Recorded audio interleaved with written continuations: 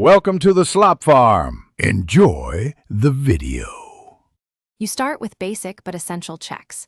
Inspect the battery voltage and ensure grounds are tight because electronics control idle.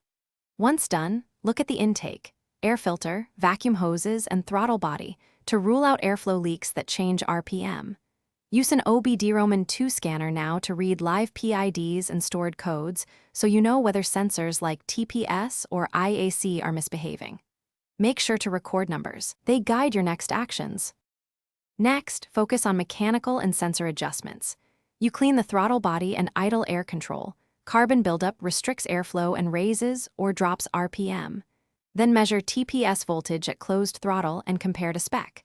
Adjust or replace if out of range because incorrect TPS skews ECU fueling. Replace any brittle vacuum hoses and check intake manifold gaskets. A small leak can raise idle. Once these steps are done, clear codes and recheck live RPM. Finish with calibration and verification. If your car requires it, perform the idle relearn procedure so the ECU adapts to the cleaned components and new sensor readings.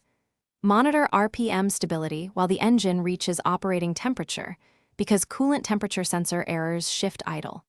If instability persists, test MAF, MAP, and coolant temp sensors for out-of-spec readings. Swapping a suspected sensor with a known good unit isolates the fault quickly.